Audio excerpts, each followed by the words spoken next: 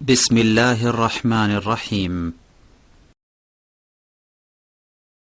ومن أحسن قولا ممن دعا إلى الله وعمل صالحا وقال إنني من المسلمين.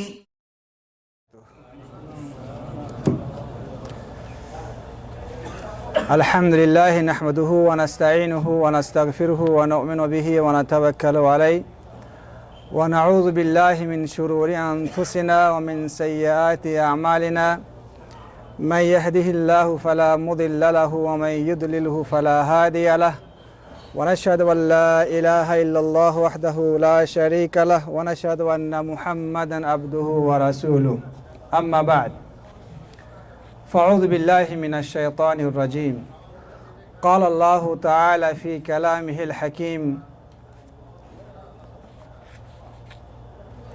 يا أيها الذين آمنوا إن جاءكم فاسق بنبأ فتبينوا أن تصيبوا قوما بجهالة فتصبحوا على ما فعلتم نادمين. সম্মানিত মুসলিম ভাতৃমণ্ডলী, যাবতীয় প্রশংসা সেই মহান আল্লাহর, যিনি আমাদেরকে শত কাজ থাকতেও এই সুন্দর এক পরিবেশে উপস্থিত হওয়ার তৌফিক দিয়েছেন। আমরা বলি আলহামদুলিল্লাহ। অতঃপর আমাদের শেষ নবী মুহাম্মদ সাল্লাল্লাহু আলাইহি ওয়াসাল্লাম, যিনি বিশ্ববাসীর হাদি পথপ্রদর্শক, যিনি অক্লান্ত পরিশ্রম করে তার স্কন্ধে অর্পিত রিসালাত বা দায়িত্ব পরিপূর্ণভাবে আমাদের কাছে পৌঁছিয়ে দিয়েছেন,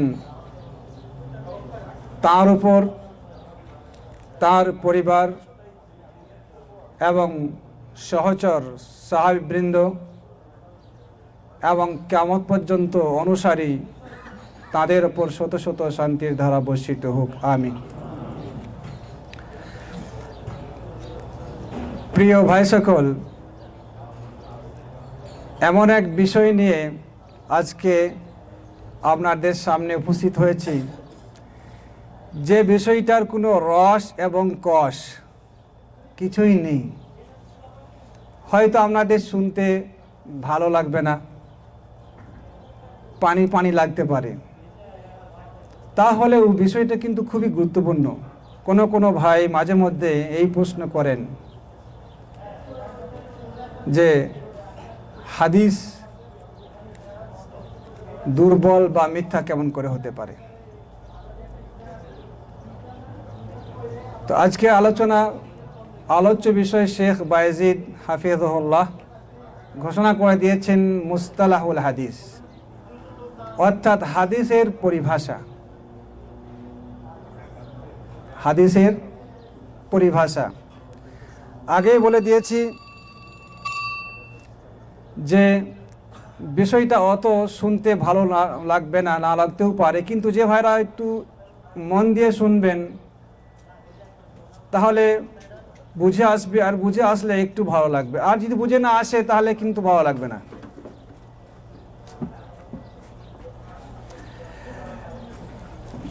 এখন আমার একটা প্রশ্ন ভাইদের কাছে, প্রশ্ন খুবই সহজ, উত্তরও খুবই সহজ।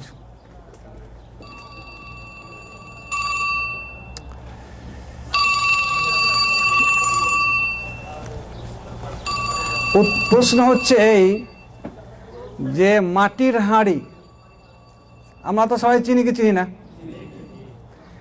এটা খুব দামি না সস্তা? সস্তা। তাই আমার প্রশ্ন হচ্ছে, মাটির হাঁড়ির দাম বেশি না ইসলামের দাম বেশি?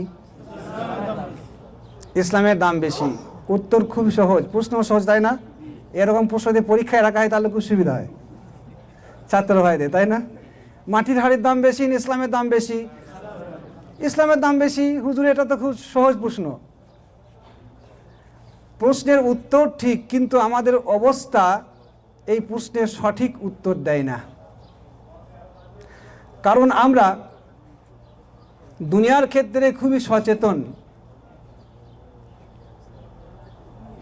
দুনিয়ার ক্ষেত্রে কোনো ভাই যদি একজোড়া জুতা কিনতে যান, ভালো করে দেখে নেন যে জুতার সোল দুটা মজবুত না হালকা। এটা 6 মাসে চলে যাবে না 1 বছর যাবে। কেউ যদি জায়গা কেনেন, লেখাপড়া জানেন না, তাও দলিল যাচাই করেন, কি জানি জাল দলিল না, আসলে জায়গাটা ওর আছে না, আছে ওর নামে আছে কি না, টাকা দিয়ে ফেঁসে যাব কি না। খুব সতর্ক, পড়তে পারি না তাও 5 জনকে দেখায়। আবার কোনো কোনো ক্ষেত্রে দেখা যায় যে অসুস্থ ব্যক্তি, আল্লাহ আমাদের সকলকে ভালো রাখুক, কোন ডাক্তার ভালো, ওই ডাক্তার ভালো, সেই ডাক্তার ভালো, 5 জন 10 জনের কাছে পরামর্শ নিয়ে থাকি। আবার যদি কেস লেগে যায়, আল্লাহ এই মুসিবত থেকে বাঁচাক, কেস ঢুকে গেলে ঘরে কোন উকিল ভালো, এই উকিলটা ভালো না সেই উকিলটা ভালো, 10 জন 5 জনকে আমরা জিজ্ঞেস করি যাতে করে আমরা লাভবান হয়। এই উদ্দেশ্যে আমরা জিজ্ঞেস করি, যাচাই করি ভালো করে। এমনকি আমরা যখন হাঁড়ি কিনতে যাই বাজারে, মাটির হাঁড়ি ভাই, টাং টাং করে শব্দ হলে ভাবে হ্যাঁ 1 নম্বর হাঁড়ি এটা, আর ঠপ ঠপ করলে না ভাই আমার এই হাঁড়ি ভালো নয়, ভাঙা, এ দিয়ে আমার কাজ চলবে না।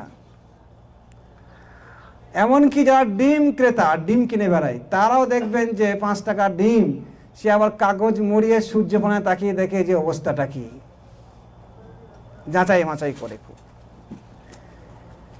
কিন্তু কোনো ভাইকে দেখলাম না, খুব কম ভাইকে দেখি যে সচরাচর আমরা গ্রামে গঞ্জে যে ঘোরাঘুরি করে দেখি, মৌলভী সাহেব ওয়াজ করে যান আর আমরা হাঁ করে শুনি সুবহান আল্লাহ সুবহান আল্লাহ পড়ছি।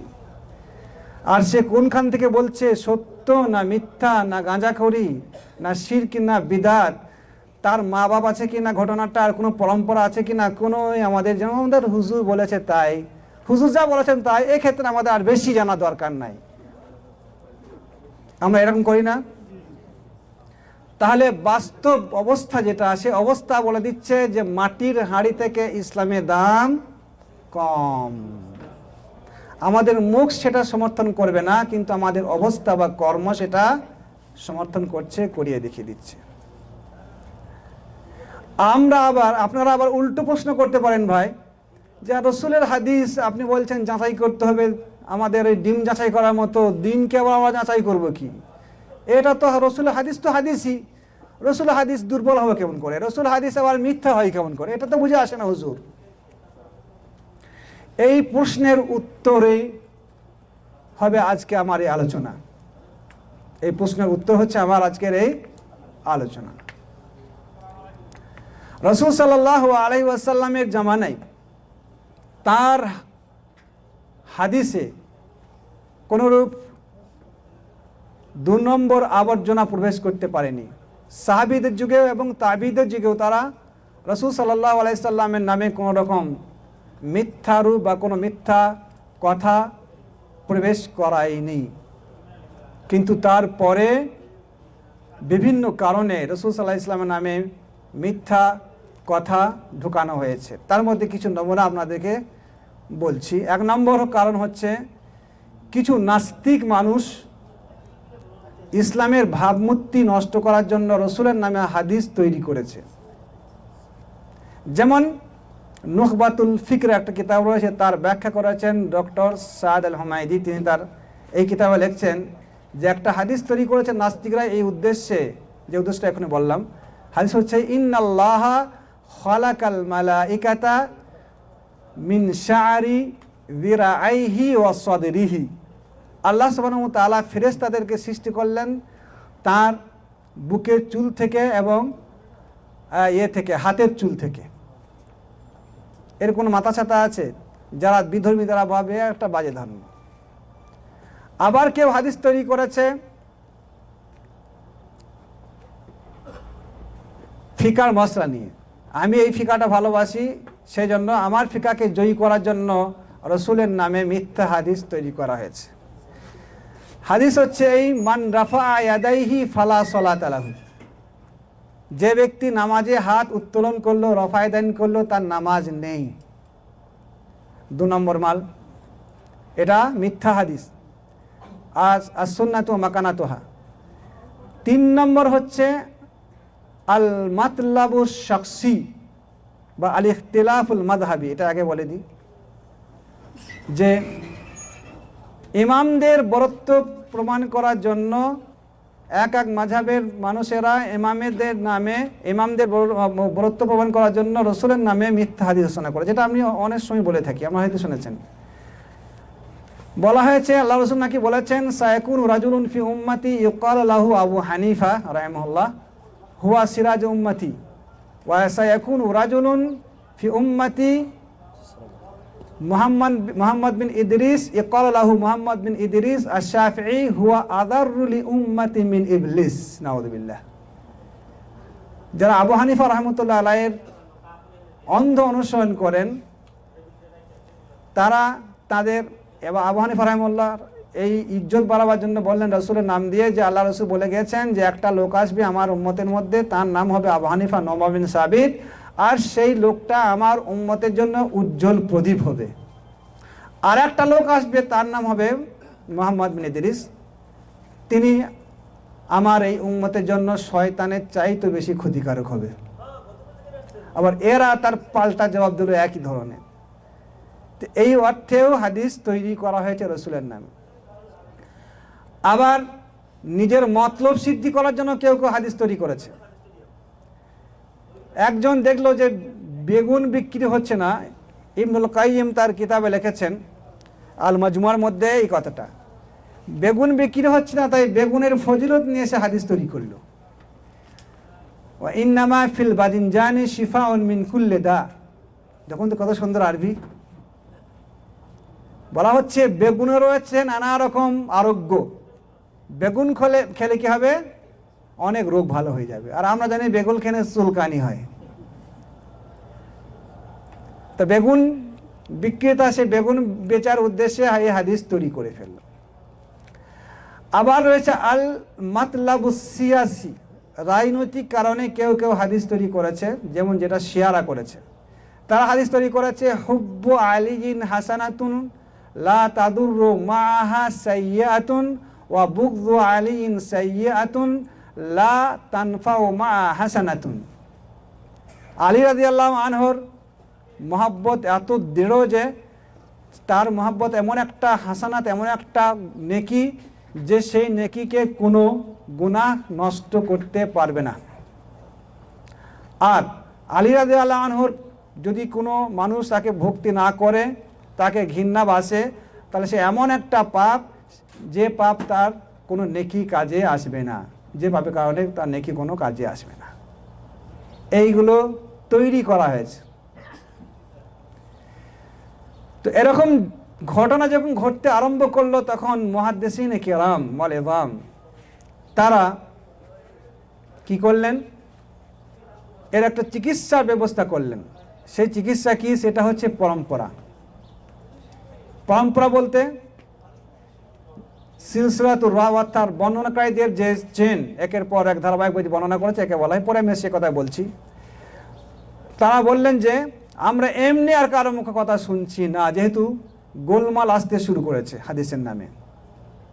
আমরা জানি সমস্যা আসে, তারপরে সমাধান মানুষ বের করে, এটা নিয়ম। যেমন কোনো নতুন রোগের যখন জীবাণু আসে, সেই জীবাণুর অ্যান্টিভাইরাস ডাক্তাররা গবেষণা করে বের করে তার ওষুধ বের করে, তাই না? তো আমাদের মুহাদ্দিসিনে কেরাম দেখলেন যখন হাদিসের কোনো ভাইরাস আসে নাই, তখন তারা চুপ ছিলেন। আর যখনই ভাইরাস এলো, তখন তারা এই অ্যান্টিভাইরাস তৈরি করলেন যে পরম্পরা আমাদেরকে শোনাইতে হবে, তবেই হাদিস গ্রহণ করা যাবে। মুকাদ্দমা মুসলিম এবং শেখ ডক্টর মুস্তাফা সেবাই তিনি এই কথা লিখছেন, ওয়ালাম ইয়াকুনু ইয়াসআলুনা আনিল ইসনাদি ফালাম্মা ওয়াকাআতিল ফিতনাতু ক্বালু সাম্মু লানা রিজালাকুম। প্রথমত কিন্তু এভাবে কোনো পরম্পরা জিজ্ঞেস করা হতো না, করতেন না। যখন ফিতনা শুরু হলো, তখন তারা বললেন যে তোমরা কার কাছ থেকে হাদিস বর্ণনা করছো, তাদের পরিচয় দাও, তাদের নাম বলো। এইভাবে তারা এই চিকিৎসা করলেন। তাহলে বুঝতে পারা গেল যে যার পরম্পরা আছে সেটা হাদিসের মধ্যে আসবে, আর যার পরম্পরা নেই সে হচ্ছে ইয়েতিম, তার কোনো পিতা নেই। বা এতিম বললে হয়তো তার পিতা মারা গেছে, দুর্বল, কিন্তু আর একটু খারাপ ভাষা বলতে গেলে পিতা আছে কিন্তু পিতার কোনো নেই, ঠিক নেই, না আসল পিতা নয়, নকল পিতা। নকল সনাদকে যদি করে তার যেমন দাম নেই, ওই রকম ধরনের নকল পিতার কোনো দাম নেই যেটা রাস্তাঘাটের পিতা, বুঝতেই পারছেন। তো কথা হচ্ছে যে ওলামাগণ এইভাবে বের করলেন যাতে করে তারা বুঝতে পারেন যে হাদিস এটা হাদিস না, এটা মন গড়া কোনো কথা। এবার আপনাদের সামনে দু একটা লোকের নাম করছি, যেমন আব্দুল কারিম আল আউজা, এ কিন্তু অনেক হাদিস গড়েছে, 4000 হাদিস গড়েছে।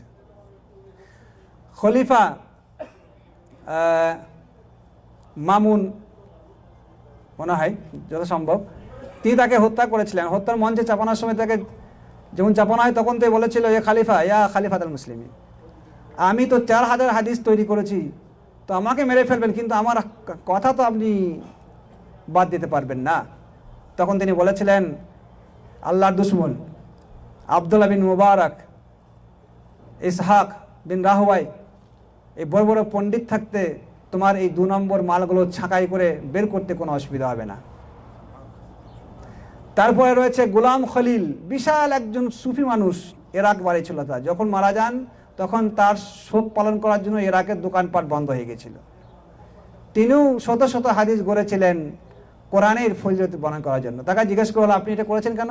বলছে, যাতে করে মানুষ কোরআন পড়ে সেই জন্য করেছি। তারপরে রয়েছে সাইদ আল মাসলুব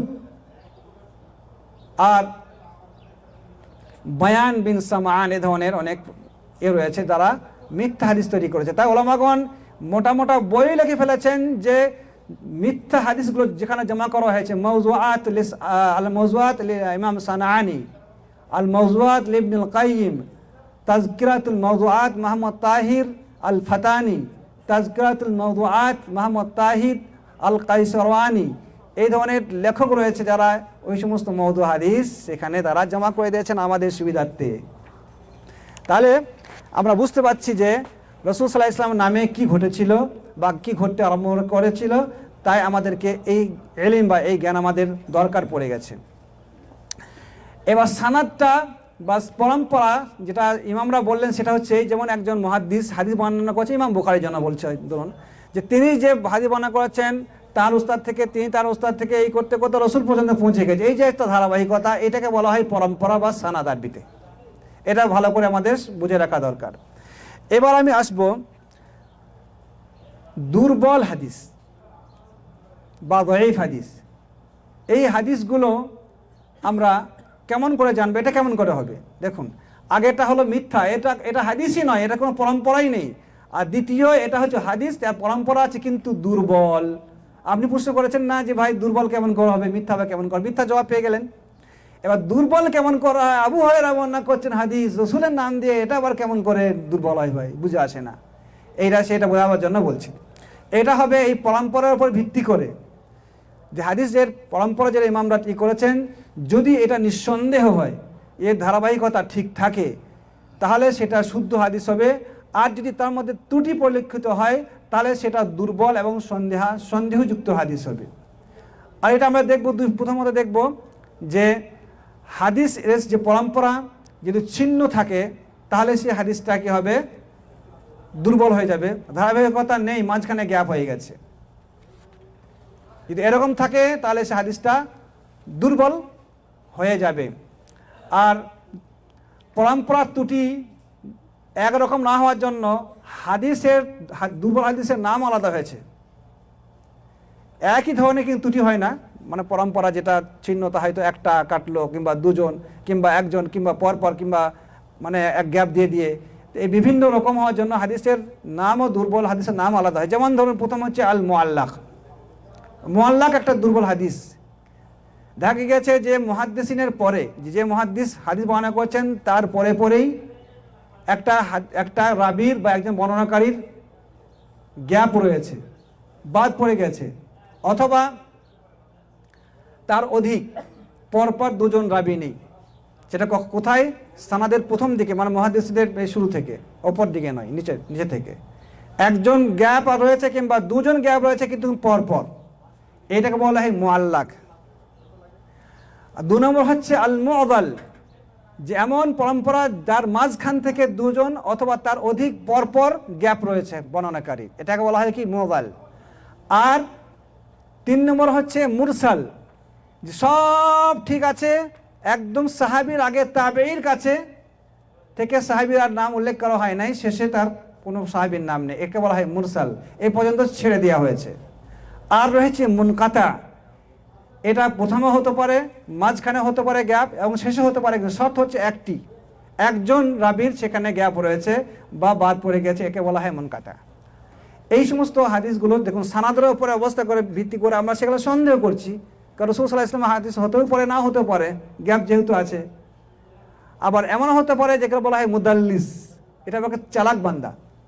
ধরুন একজন ছাত্র, সে একজন উস্তাদের কাছ থেকে, যেমন শেখ আব্দুল হামিদ রয়েছেন মুহাদ্দিস মানুষ, তার কাছে হয়তো একজন হাদিস 10টা হাদিস শুনেছে, এটা ঠিক, তার কাছ থেকে হাদিস শুনেছেন, কিন্তু এরই মানে হিল্লাই ডকুমেন্টস নিয়ে এসে 11 নম্বর হাদিস বর্ণনা করছে, আমি আমার শায়েখের কাছ থেকে ওই হাদিসটা শুনেছি 11 নম্বর, কিন্তু 11 নম্বর হাদিসটা শুনে নাই। এটা কিন্তু জটিল বাবা, তাই তো? উনি তো অনেক হাদিস বর্ণনা করছে, এটা বর্ণনা করতে পারেন, কিন্তু সেটা বর্ণনা করেন নাই, এটা উচ্চ।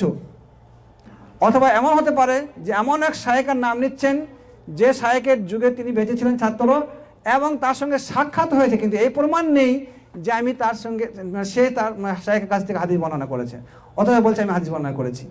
তো এটাও হচ্ছে দুর্বল, এটাও দুর্বল। তো এই কারণে সানাদের উপর ভিত্তি করে, যে এটা গ্যাপের কারণে হাদিস দুর্বল হয়। আবার এই জন্যও দুর্বল হয় সানাদের উপর ভিত্তি করে, যে তার ধারাবাহিকতা ঠিক আছে, একদম এ থেকে জেড পর্যন্ত সব একের পর এক রাসূল পর্যন্ত, সাহাবী পর্যন্ত পৌঁছে গেছে, কোনো গ্যাপ নাই। তারপরেও হাদিস দুর্বল হতে পারে সাহাবীর চরিত্রের উপরে।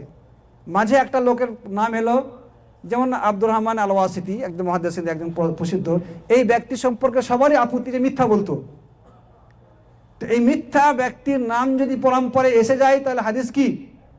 দুর্বল। অথবা সে খেয়ানতকারী, এই রকম হয়, তাহলে দুর্বল। অথবা এমন শব্দ এলো রাজুলুন, রাজুল শব্দ এসেছে, রাজুলটা কে? সাপ না ব্যাং বুঝতে পারা যাচ্ছে না, সে ভালো হতে পারে, মন্দ হতে পারে। যেমন হাদদাসানা উসমান আন রাজুলিন আন শোবা আন আবি হুরায়রা, কথা যেন বলছি, রাজুলিন, তো রাজুলটা কে? এরকম যদি এ থাকে, অস্পষ্ট থেকে, লোকের নাম না থাকে, সেটাও দুর্বল হাদিস, মুবহাম বলা এটাকে। আবার দেখা যাচ্ছে যে এমন একটা লোকের নাম এলো, তার চরিত্র ঠিক আছে, কিন্তু তার জব্ত, হাদিস কন্ট্রোল করা, সংরক্ষণ রাখা, এটা তার ঠিক নেই, কখনো ভুলে যায়, আবার কখনো ঠিক থাকে, কখনো শব্দ চেঞ্জ করে ফেলায়। এরকম যদি রাবির নাম থাকে, তাহলেও মুহাদ্দিসিনদের কাছে মুস্তালাহ হাদিস বা হাদিসের পরিভাষায় সে হাদিসটা দুর্বল হয়ে যাবে, কারণ সন্দেহ আসবে এতে। তো এই কারণে কি হয়? হাদিস দুর্বল হয়ে যায়। তো হাদিস দুর্বলের কিছু আমি যখন করছি, কিতাব উল্লেখ করছি, ইমামগণ আমাদের সুবিধার্থে কোন কোন বর্ণনাকারী থাকলে তার হাদিস দুর্বল, তাই কিতাবে লিখে দিয়েছেন। দু একটা কিতাবের নাম বলছি, যেমন আদ-দুআফা আস-সাগীর ইলাল ইমাম বুখারী। ইমাম বুখারী একটা বই লিখেছেন, তাতে সমস্ত ওই দুর্বল বর্ণনাকারীদের নাম উল্লেখ করা আছে। আদ-দুআফা আল-কাবীর লি ইবনে ওকাইলি তার কিতাবে, তার তিনি কিতাব লিখেছেন আদ-দুআফা আল-কাবীর। তারপর লেখা আছে আদ-দুআফা লি আবি যুরআ, আবু যুরআ তিনি এই সম্পর্কে বই লিখেছেন যুআফাদের। তারপরে আল কিতাবুল মাতুরুকিন, আর কিতাবুদ দুআফা আল মাতুরুকিন ইমাম নাসাই লিখেছেন কিতাব, এই সম্পর্কে একই অর্থে একই নামের নামকরণ করা হয়েছে। আর একটা কিতাব লেখেছে ইমাম দারাকুতনি, তিনি লিখেছেন। আরও লেখা আছে আল কিতাব ফি আসমাইল, আল কিতাব আল কামিল ফি দুআফায়ে রিজাল লিবনে আল আদি। বিভিন্ন ইমাম তারা এই জোয়াফা, অর্থাৎ যে সমস্ত রাবিদের নাম থাকলে হাদিস জয়ীফ হবে, তাদের নাম লিপিবদ্ধ করা আছে মোটা মোটা ভলিউমে। ইমাম যাহাবি বইয়ের লেখা রয়েছে জোয়াফা আল মুগনি ফি জোয়াফা, ইমাম যাহাবি।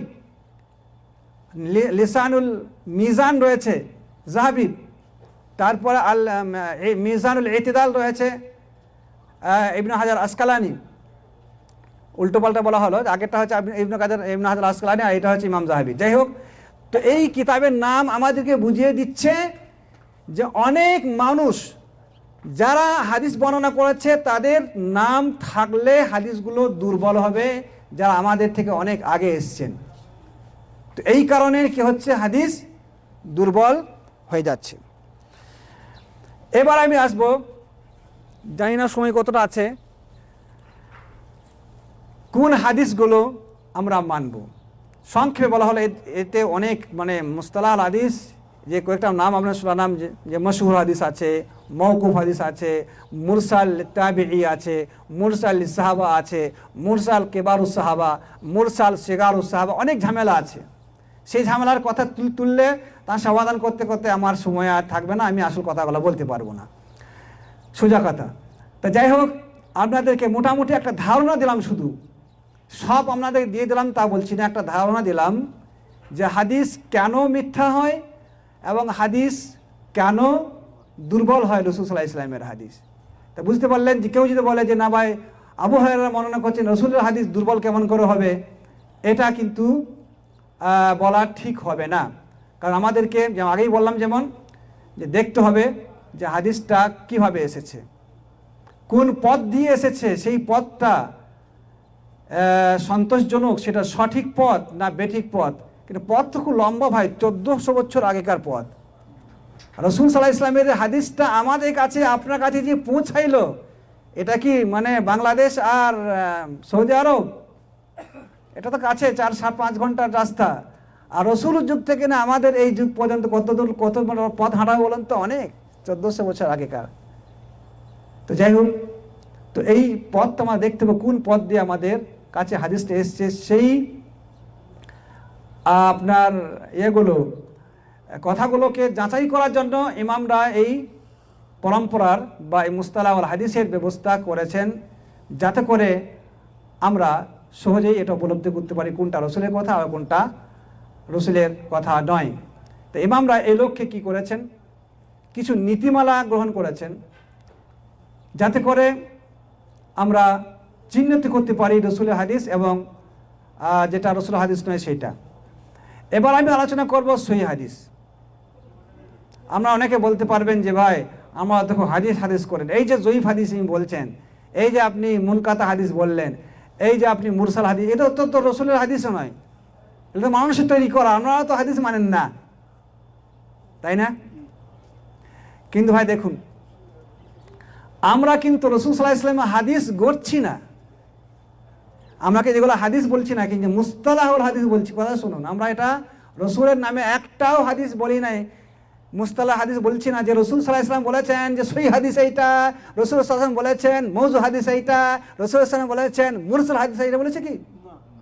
আগেই বলে দেওয়া হয়েছে যে এটা মুহাদ্দিসিনরা এটা নীতিমালা গ্রহণ করেছেন, যাতে করে তারা রাসূল সাল্লাল্লাহু আলাইহি ওয়াসাল্লাম হাদিসটা অন্য মানুষের কথা থেকে আলাদা করে সঠিক রাসূলের হাদিসটাকে আমরা চিহ্নিত করতে পারি। এটা খিদমতের জন্য, এটা রাসূলের নামে হাদিস গড়া নয়। বেশ, এবার আসবো সহিহ হাদিস কাকে বলে, যেটা আমরা মানব। এগুলো যে আগে যে বললাম এগুলো মানা যাবে না। অনেক হয়তো কিছু কিছু কথায় পরিভাষায় কিছু দ্বিমত থাকলেও যেটা শর্টকাট কথা হলে সেগুলো মানা যাবে না, অধিকাংশ ওলামার এটাই কিন্তু আমি বললাম যে সাহাবার যদি মুরসাল হয়, বড় সাহাবার যদি হয়, এগুলো একটু সমান ইখতিলাফ আছে, আমি ঝামেলায় যাচ্ছি না এখন, সেটা শর্ট করে দিচ্ছি। সহিহ হাদিস কাকে বলে? সহিহ লিযাতিহি, এমন একটা সহিহ হাদিস তার অবস্থা নিজে নিজেই, সে এমন অবস্থায় রয়েছে, সে নিজে নিজেই সে শুদ্ধ, কারো সাপোর্ট নিতে হয়নি। মা ইত্তাসালা সানাদুহু বিনাকলিল আদলি আত-তাম্মি আদ-দাবতি আম মিসলিহি ইলা মুনতাহাহু মিন গায়রি শুযুদিন ওয়ালা ইল্লাহ, এটা আরবিতে। তার মানে এমন একটা হাদিস যার পরম্পরাটা, ধারাবাহিকতাটা একদম প্রথম থেকে শেষ পর্যন্ত থেকে আছে, তার কোনো গ্যাপ নেই, 1 নম্বর। 2 নম্বর, যে সমস্ত বর্ণনাকারীরা রয়েছেন তাদের আপনার ন্যায় পরায়ণতা, পরিষ্কারিতা তাম বলা হয়েছে, একদম 1 নম্বরের। আর কি আযাব, এবং তাদের সংরক্ষণ শক্তি হাদিসের, সেটা মাথায় ধারণ করুক অথবা লিখিতভাবে ধারণ করুক, কোনো ত্রুটি নেই। আর এই হাদিসটা এর চাইতে নির্ভরযোগ্য কোনো হাদিসের মানে এতে বর্ণনার বিপরীত নয়, এবং এর মধ্যে এমন কোনো গোপনীয় ত্রুটি নেই যে ত্রুটির দ্বারা এই হাদিসটা দুর্বল করবে, এরকমও নয়। এরকম যদি ধারাবাহিকতা থাকে, পরম্পরা থাকে, তাহলে সেটাকে কি বলা হয়? সহি লেজাতিহি, স্বয়ংসম্পূর্ণ সহি।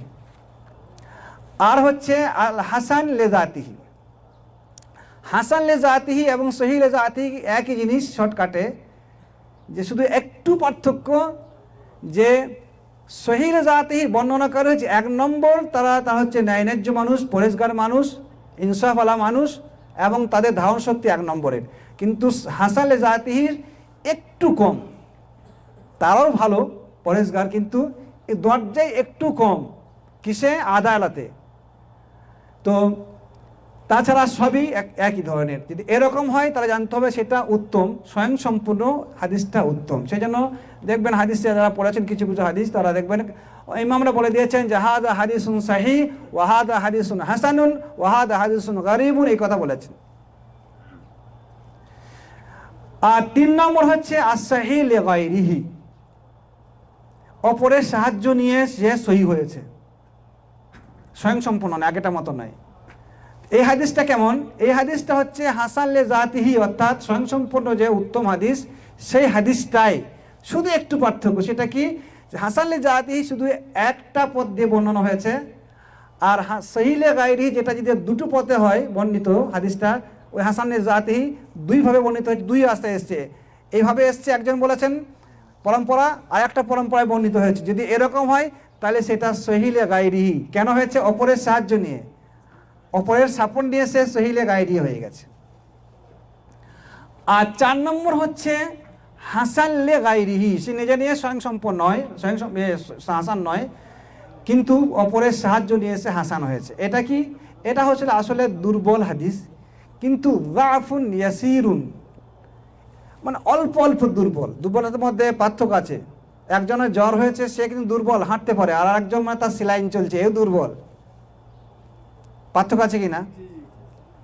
তো এইরকম মানে অল্প দুর্বলের হাদিস যদি বিভিন্ন পথে এসে মানে বর্ণিত হয়ে থাকে, প্রমাণিত হয়, সেগুলোকে কি করা? জমা করে করে করে করে সেটাকে হাসান লিগাইরিহি, অপরের সাহায্যে বিভিন্ন পথে যে বর্ণিত হয়েছে একই অল্প অল্প দুর্বলের হাদিস, সেগুলোকে জমা করে একটু পাওয়ার দেওয়া হয়েছে। সেই পাওয়ারটার নাম হলো অন্যের সাহায্যে উত্তম বা হাসান লিগাইরিহি। কথা বুঝে আসছে? তো এই হাদিসগুলো আলহামদুলিল্লাহ আমরা গ্রহণ করতে পারি, এই হাদিসগুলো আমরা গ্রহণ করতে পারি। এবার আমরা আসবো যে দারাজাতু হাদিস সাহিহ। সহি বললে শুধু এক পর্যায়ে হয় না, সহির মধ্যে আবার কিছুটা পার্থক্য আছে, কিছুটা রয়েছে, আপনার বিভেদ মানে মারাহিল রয়েছে। ইমাম বুখারী এবং ইমাম মুসলিম যে হাদিসগুলোর বর্ণনা করেছেন সেটা হচ্ছে 1 নম্বরের সহি, ফার্স্টে আছে। তারপর ইমাম বুখারী যেটা বর্ণনা করেছেন সে হাদিসটা মর্যাদা। তারপর একটা সহি হাদিস শুধু ইমাম মুসলিম বর্ণনা করেছেন, ইমাম বুখারী বর্ণনা করেননি, তারপরে এই 3য় নম্বর মর্যাদায় রয়েছে। 4র্থ নম্বর মর্যাদা রয়েছে সহি হাদিসের, যে হাদিসের বর্ণনায় ইমাম বুখারীর এবং ইমাম মুসলিমের বর্ণনাকারীগুলো রয়েছেন, কিন্তু এই হাদিসটা ইমাম বুখারী নিজের হাদিস তোলেননি, নিজের হাদিসে বর্ণনা করেননি, এবং ইমাম মুসলিমও করেননি, কিন্তু অন্য মুহাদ্দিস হাদিসটা নিজের গ্রন্থে এনেছেন। কিন্তু বর্ণনাকারী কার? ইমাম বুখারী এবং ইমাম মুসলিমের সব বর্ণনাকারী কিন্তু ওই হাদিসে রয়েছে। তো এরকম যদি হাদিস বর্ণিত হয় তাহলে সেটা হচ্ছে তার 5 নম্বরের দরজায়। আর যদি এমন হয় তারপরে দরজায় রয়েছে সেই হাদিস, যদি ইমাম বুখারীর বর্ণনাকারী রয়েছে অন্য একটা হাদিসে, মুসলিমে নয়, শুধু ইমাম বুখারীর, তাহলে 6 নম্বরে আসবে এই হাদিসটা, সেই হাদিসটা। তারপরে 7 নম্বরে আসবে এমন কিছু বর্ণনাকারী রয়েছে অন্য হাদিসে যেটা ইমাম মুসলিম বর্ণনা করে নাই, কিন্তু সেই বর্ণনাকারীগুলো ইমাম মুসলিমের শর্ত অনুযায়ী আর কি, ইমাম মুসলিমের শর্ত, বর্ণনাকারী বলছে শর্ত অনুযায়ী। তো এরকম যদি হয় তাহলে তারপরের স্টেজে রয়েছে। তারপরে যদি সহিহ হাদিস বর্ণিত হয়, যে হাদিসগুলো ইমাম বুখারী বর্ণনা করেননি এবং মুসলিমে করেননি, ইমাম মুসলিমের শর্তের মধ্যে নেই, ইমাম বুখারীর শর্তের মধ্যে নেই, কিন্তু দেখা গেছে তার পরম্পরাগুলোও ঠিক, সেটাও সেই হাদিস, এইটা রয়েছে লাস্ট পর্যায়ে। এইগুলো আসলে আমাদের দেখার দরকার, কারণ এটা দিন। মুহাদ্দিসিনরা বলেছেন যখন ফিতনা শুরু হলো যে তোমরা কার কাছ থেকে দিন গ্রহণ করছো সেটা দেখো, কারণ এই পরম্পরার ওপরে হাদিস শুদ্ধ অশুদ্ধ আপনি বিচার করবেন, আর তারই ওপরে আপনি রাসূল সাল্লাল্লাহু আলাইহি ওয়াসাল্লামের হাদিসের ওপরে আমল করতে পারবেন। যদি ঠিকমতো আমরা যাচাই করতে পারি তাহলে ঠিক আছে, আলহামদুলিল্লাহ আমরা সঠিক পথে আমরা আমল করছি, আলহামদুলিল্লাহ। আর যদি সেটা ভুল হয়, আমরা যাচাই না করি, তাহলে আমাদের আমলগুলো নিষ্ক্রিয় হয়ে যাওয়ার খুবই আশঙ্কা আছে। তাই মুহাদ্দিসিনগণ কি করেছেন, এই ধরনের পরিভাষা লিখেছেন যাতে করে আমরা বুঝতে পারি, চিহ্নিত করতে পারি রাসূল সাল্লাল্লাহু আলাইহি ওয়াসাল্লামের হাদিস কোনটা আর মিথ্যা কথা কোনটা। আশা করি আমরা বুঝতে পারছি, তাই না? শেষে আরেকটা কথা বলবো যে আমরা খুব সম্মানিত একটা জাতি বা আদম সন্তান। পৃথিবীর মধ্যে যত সৃষ্টি আছে সবচাইতে সম্মানিত সৃষ্টি কারা? আমরা। আবার সবচাইতে নিকৃষ্ট স্থানে যাবে কারা? আমরা। কেন? দায়িত্ব পালন না করার জন্য। আল্লাহ সুবহানাহু ওয়া তাআলা বলেছেন ছোট্ট একটা সূরাতে, সূরা 3 এর মধ্যে বলেছেন লাকাদ খালাকনাল ইনসানা ফি আহসানি তাকওয়িম, খুব সুন্দর সুঠাম করে আমি মানুষকে সৃষ্টি করেছি। আর অন্য জায়গায় বলেছেন আমি মানুষকে সম্মানিত করেছি।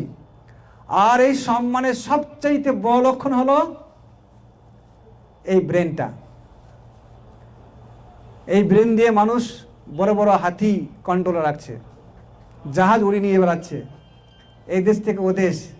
আল্লাহ এত সুন্দর ব্রেন দিয়েছেন, কিন্তু এই ব্রেনটা যদি সত্যিকার অর্থে আপনি আমি যদি কাজে না লাগাই, দিনকে বোঝার জন্য, দিনকে যাচাই না করার জন্য, সব আমরা মানে কড়াই গন্ডাই বুঝিনি, কিন্তু দিনের ক্ষেত্রে আমরা তখন খুব সাধু, আমার মতন সরল আর হালা ভোলা কেউ নাই, আমার ইমাম সাহেব বলেছেন যেটা সেটাই। কই আপনি দলিল বা জমি জায়গা কেনার সময় অত তো সাধু হয়ে যান না, অত তো আমি সরল হন না। এই জন্য দিনের ক্ষেত্রে অনীহা, দুনের ক্ষেত্রে আলা ভোলা সাজা।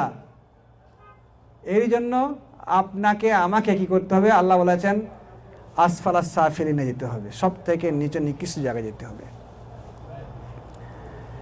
একদিকে আল্লাহ প্রশংসা করলেন, একদিকে আমাদেরকে কোথায় দিলেন? নিচে দিলেন, সঠিকভাবে দায়িত্ব না পালন করার জন্য। আল্লাহ সুবহানাহু ওয়া তাআলার ছোট্ট একটা সৃষ্টি, ছোট্ট একটা সৃষ্টি, এতটা তার ডিউটি পালন করার জন্য কোরআনের তাদের এসছে উল্লেখই, তাদের কথা আল্লাহ তাআলা উল্লেখ করেছেন। সেটা কি জানেন? মৌমাছি।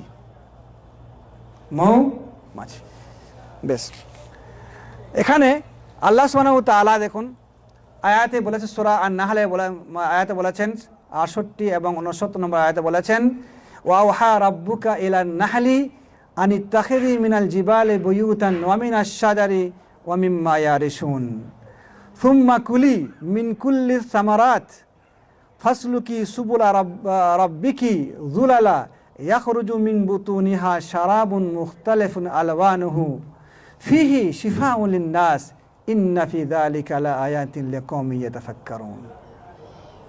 এই ছোট্ট একটা মাছি, এদের কথা আল্লাহ সুবহানাহু ওয়া তাআলা কোরআনে উল্লেখ করেছেন। আল্লাহ বলছেন যে তোমার রব মৌমাছিকে জানালেন যে তুমি ঘর তৈরি করো পাহাড়ে এবং গাছে, উঁচু জায়গাতে, আর কি করো? ফলের রস চুষো। আর আল্লাহ সুবহানাহু ওয়া তাআলা যেভাবে তোমাদেরকে বলে দিয়েছে, পথ বাতলে দিয়েছে, ঠিক সেই পথেই চলো, সেইভাবে কাজ করো। তারপর আল্লাহ কি বললেন? যে আল্লাহর নির্দেশিত পথ অবলম্বন করে তারা যে ফলের রস চুষে মধু তৈরি করলো, সেই মধুতে রয়েছে ফিহি শিফাউন লিন-নাস, এর মধ্যে মানুষের রোগের আরোগ্য রয়েছে। আল্লাহ বলেছেন এই ছোট্ট জীব নিয়ে যদি কেউ চিন্তা করে তাহলে তাদের জন্য রয়েছে আল্লাহ নিদর্শন। যারা চিন্তাশীল জাতি কম, তাদের জন্য এই ছোট্ট সৃষ্টির মধ্যে রয়েছে কি বিশাল নিদর্শন রয়েছে। একে দেখি মানুষ হিদায়াত হয়ে যাওয়া উচিত ছিল। আমেরিকান একজন বৈজ্ঞানিক বা দার্শনিক যাই বলেন বা গবেষক, তার নাম হচ্ছে জন ক্রিস। তিনি একজন গবেষক। উনি বলছেন যে এই সৃষ্টিটা হচ্ছে মারাত্মক একটা আশ্চর্য সৃষ্টি। তিনি গবেষণা করে তার নিচরটা আপনাকে বলে দিচ্ছি। মৌমাছির মধ্যে আমরা ছোটবেলায় বিজ্ঞানে পড়েছি, তাই না? কর্মী মৌমাছি ইত্যাদি সেইগুলো আর কি। তবে এখানে একটু সাজিয়ে গুছিয়ে লেখা আছে, বলা হচ্ছে মৌমাছির মধ্যে রয়েছে মুহান্দিসাত ওয়াল বান্নাআত। ইঞ্জিনিয়ার আছে, ইঞ্জিনিয়ার মৌমাছিদের মধ্যে, এবং মিস্ত্রি রয়েছে। ইঞ্জিনিয়ার সে কি করবে, প্ল্যান করে দেবে কোথায় মৌচাকটা বানানো যায়, আর যারা বান্নার মিস্ত্রি তারা সেই মৌচাকটা কাজ শুরু করে দিয়েছে, কাজ করে। আর কি আল আমিলাত, কর্মী মৌমাছি, তাদের কাজ কি ডিউটি হলো যে কোথায় ফুল ফুটেছে সেখান থেকে ফুলের রস চুষে আনতে হবে। আর কি রয়েছে, আর আমেলাত আল খাদিমাত, এরা হচ্ছে ইয়ামালনা ফিন নাযাফা। এদের কাজ হচ্ছে খাদেমাতদের কিসমুল খাদামাত। এদের কাজ হচ্ছে কি ওই যে মৌচাকের যে ছিদ্রগুলো আছে না, সেগুলো ক্লিন করা, যাতে কোনো ময়লা না থাকে। আর এক প্রকার মৌমাছি রয়েছে মুরাকিবাত, চেকিং, যে কোনো মাছি কোনো বিষাক্ত ফুলের রস এখানে আনছে কিনা, এমনভাবে চেক করা হয়। আজ পর্যন্ত প্রমাণিত হয়নি যে কোনো মধুতে বিষ মিলানোর আগেই মৌচাকে সেই মধুতে বিষ পাওয়া গেছে, প্রমাণ নেই। এত সুন্দরতা চেক করে। আর যদি ধরা পড়ে তাকে সেখান থেকে না, তাকে বের করে দেওয়া হয়, সেখান থেকে বের করে দেওয়া হয়। কোনো কোনো ক্ষেত্রে থেকে মেরেও ফেলা হয় এই সমস্ত দোষীদেরকে, তারা অসামাজিক তাদের সমাজে। আর কি রয়েছে আল কিমিয়াবিয়াত, যেটা আপনার ওই যেটা কিমিয়া বলছে,